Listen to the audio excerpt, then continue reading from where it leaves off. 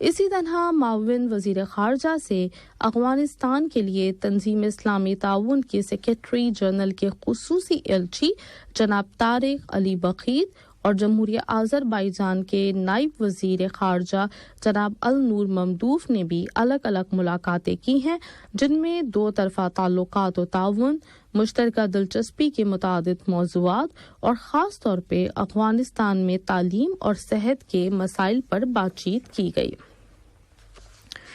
جمہوریہ ترکمانستان کے نائب وزیر خارجہ جناب ماٹیف برڈینیاز نے ترکمانستان کے لیے قطر کے سفیر جناب حمد بن راشد العصبہ سے ان کی اسناد سفارت کی کاپیاں وصول کی ہیں۔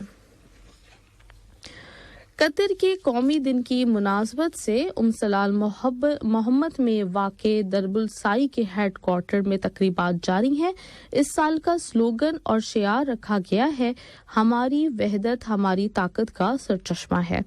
اسپورٹس اور یوتھ کے وزیر اعظم صالح بن غانم العلی نے کہا کہ اس سال کا شعار قومی دن کی اقدار اور اصولوں کا اظہار کرتا ہے، جو وفاداری، کندھے سے کندھا ملانے، وحدت اور قطر کی قومی شناخت پر فخر کرنے کا نام ہے۔ انہوں نے مزید کہا کہ یہ سلوگن وطن کے ساتھ پیار، اس کی سربلندی کے لیے کام کرنے اور اس کے ساتھ لگن اور خلوص پر زور دیتا ہے، اور کھیلوں اور نوجوانوں کی وزارت اسی کے لیے کوشاں ہے۔ جمہوریہ گیمبیا کے وزیر خارجہ ڈاکٹر ماماجوف ٹنگارا نے دربلسائی کے اپنے اس دورے میں اس امر کی تعریف کی ہے کہ قطر اپنی جامع اٹھان اور اپنی تاریخ کی حفاظت میں کلچر اور تعلیم پر خصوصی توجہ دے رہا ہے۔ انہوں نے دربلسائی میں ورثے اور ثقافت سے متعلق ان سرگرمیوں کی پسندیدگی کا اظہار کرتے ہوئے کہا کہ اس سے نئی نسلوں کو اپنے ملک کی تاریخ اور اس کی جڑوں کو جاننے میں مدد ملے گی۔ اسی طرح برونائی دارالاسلام کے سفیر جناب محمد بحرین بن باڈو کا حاجی ابو بکر کا کہنا تھا کہ ورلڈ کپ کے فائنل میچ اور قطر کے قومی دن کا یکجا ہونا فخر و اعتزاز کی علامت ہے۔ خاص طور پہ اس مرتبہ قومی دن کا جشن ایسے وقت میں منایا جائے گا جب اہل قطر، جو سخاوت اور حسن ضیافت میں بہت مشہور ہیں، ساری دنیا کی تمام شہریتوں کی میزبانی کر رہے ہیں، اور یہ بہت بڑے معنوی اہمیت رکھتی ہے۔ ورلڈ کپ ٹورنامنٹ کے لیے چکا چوند کر دینے والے قطری انتظامات مستقبل میں بڑے اسپورٹس ایونٹ کی میزبانی کے لیے قابل تقلید مثال بن گئے ہیں، اور سب اس بات پہ متفق ہیں کہ قطر نے انتظامات کی سطح بہت بلند کر دی ہے، اور ان انتظامات کو ہر لحاظ سے ایک انفرادیت حاصل ہے۔ سیاسی شخصیتیں، اسپورٹ سے وابستہ افراد اور میڈیا سے تعلق رکھنے والے لوگ سبھی ان اعلیٰ انتظامات کی گواہی دے رہے ہیں۔ لبنان کی پارلیمنٹ کے ڈپٹی اسپیکر جناب الیاس ابو صاب نے کہا کہ فیفا قطر ورلڈ کپ 2022 کے ٹورنامنٹ کی قطری میزبانی ایک تاریخ ساز اور ہر عربی شہری کے لیے فخر و اعتزاز کا واقعہ ہے۔ انہوں نے قطر نیوز ایجنسی کو دیے گئے اپنے ایک بیان میں کہا کہ اس ٹورنامنٹ کی بھرپور تیاری اور پورے ٹورنامنٹ کے دوران اس کے بہترین انتظامات نے یہ ثابت کر دیا ہے کہ قطر تمام تر شعبوں میں تاریخی کامیابیاں حاصل کرنے کی صلاحیت رکھتا ہے، اور اس مونڈیال کی میزبانی اسپورٹس کے مستقبل کے لیے ایک سنگ میل کی حیثیت رکھتی ہے۔ ایران کی وزارت خارجہ نے تہران پہ لگائے گئے الزامات کی تردید کی ہے کہ وہ ماسکو کو ڈرون طیارے دے رہا ہے۔ اس نے کہا کہ الزامات بالکل بے بنیاد ہیں۔ ادھر واشنگٹن کا کہنا ہے کہ روس اور ایران کے تعلقات مکمل دفاعی شراکت یعنی پارٹنرشپ میں تبدیل ہو رہے ہیں۔ ایران کی وزارت خارجہ کا کہنا ہے کہ برطانیہ اور اس کے اتحادیوں کی جانب سے یوکرین کو ہتھیاروں کی فراہمی نے بحران کی مدت بڑھا دی ہے، اور اسی کی وجہ سے پرامن حل تک پہنچنے میں تاخیر ہو رہی ہے۔ محاذ جنگ کی تازہ صورتحال کے بارے میں یوکرینی فوج نے کہا کہ روس ملک کے جنوبی اور مشرقی اضلاع، شہروں اور قصبوں پر مسلسل گولہ باری کر رہا ہے، اور شہر اوڈیسا کو بجلی کی سپلائی مکمل طور پہ منقطع ہو گئی ہے۔ امریکی اہلکاروں نے بتایا ہے کہ مہارت رکھنے والی ٹیمیں اب کیسٹون کی پائپ لائنوں سے ہونے والی تیل کی لیکیج پہ قابو پانے کے قریب ہیں، جبکہ اب تک وہاں سے 5,88,000 بیرل تیل لیک ہو کر بہتے ہوئے پانی میں مل گیا ہے۔ پائپ لائن سیفٹی ٹرسٹ نامی تنظیم کے اندازے اگر صحیح ہیں تو یہ امریکہ میں 2013 کے بعد اب تک کی سب سے بڑی آئل لیکیج ہے۔ اور اب کچھ کھیلوں کی خبریں۔ فیفا قطر ورلڈ کپ 2022 کے تیسرے کوارٹر فائنل میں کل رات مراکش پرتگال کو ہرا کر پہلی بار ورلڈ کپ کے سیمی فائنل میں پہنچ گیا۔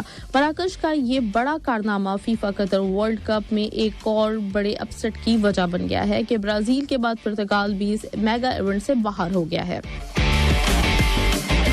کل رات التماما اسٹیڈیم میں کھیلے گئے میچ میں مراکش اور پرتگال کے درمیان ہونے والا مقابلہ بہت دلچسپ رہا۔ پہلے ہاف کے ابتدائی 42 منٹ میں دونوں ٹیمیں گول کرنے کی کوشش کرتی رہی، لیکن پہلا گول مراکش کے یوسف النصری نے کیا جو میچ کے اختتام تک برقرار رہا۔ مراکش کے گول کیپر یاسین بونو نے پرتگال کے کئی زبردست حملے جو یقینی گول بن سکتے تھے انہیں بچا کر اپنی ٹیم کی فتح میں بہت نمایاں کردار ادا کیا۔ یوں مراکش کی ٹیم فٹ بال ورلڈ کی بڑی اور رونالڈو کی ٹیم پرتگال کو 1-0 سے شکست دے کر ایونٹ کے سیمی فائنل میں پہنچ گئی ہے اور وہ ورلڈ کپ سیمی فائنل میں پہنچنے والی پہلی عرب افریقی اور مسلمان ٹیم بن گئی ہے۔ کئی لوگوں نے مراکش کی اس فتح کو معجزہ قرار دیا ہے۔ فیفا قطر ورلڈ کپ کے آخری کوارٹر فائنل میں فرانس نے انگلینڈ کو 1-2 سے شکست دے دی۔ فرانس نے سیمی فائنل کے لیے کوالیفائی کر لیا ہے۔ البیت اسٹیڈیم میں ہونے والے اس مقابلے میں فرانس مجموعی طور پہ حاوی رہا۔ فرانس کو میچ کے 70ویں منٹ میں اوریلین ٹیشیونی نے گول کر کے برتری دلائی، جبکہ میچ کے دوسرے ہاف میں اولیور گیروڈ نے 78ویں منٹ میں دوسرا گول کر کے فرانس کی فتح کو یقینی بنایا اور اس ایونٹ کے آخری کوارٹر فائنل میں سابق چیمپئن فرانس نے انگلینڈ کی ٹیم کو ٹورنامنٹ سے باہر کر دیا۔ اب آج اتوار اور کل پیر کے وقفے کے بعد پرسوں منگل 13 دسمبر کو ایک ہی وقت میں یعنی رات 10 بجے سیمی فائنلز کے 2 میچ کھیلے جائیں گے۔ ایک میں ارجنٹینا کا مقابلہ کروشیا سے ہوگا، جبکہ دوسرے میچ میں مراکش اور فرانس کی ٹیمیں ایک دوسرے کے آمنے سامنے ہوں گی۔ آج کا نشریہ ختم ہونے سے قبل ایک اہم خبروں کا خلاصہ ایک مرتبہ پھر پیش خدمت ہے۔ صاحب سمو امیر نے مراکش کے بادشاہ کو فیفا قطر ورلڈ کپ 2022 میں ان کے ملکی ٹیم کے سیمی فائنل کے مرحلے میں پہنچنے کی مبارکباد دی ہے۔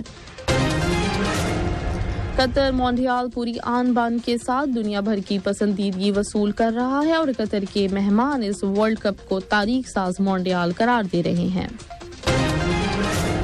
قطر کی چکا چوند کر دینے والی کامیابیوں پر قومی فخر و اعتزاز کی فضا میں درب السائی کی سرگرمیاں جاری ہیں۔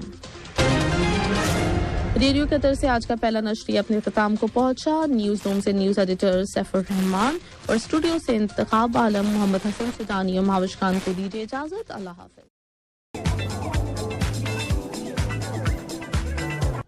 السلام علیکم دوستوں، میں ہوں شیخ نور امل بواکی 1QL کا مارکیٹنگ آفیسر اور اپنے کمپنی میں ہائر کر رہے ہیں الیکٹریشین، پلمبر اور construction line workers, bike rider, limousine, ان سب کو امیڈیٹلی ابھی جاب اویلیبل ہیں اپنے کمپنی میں۔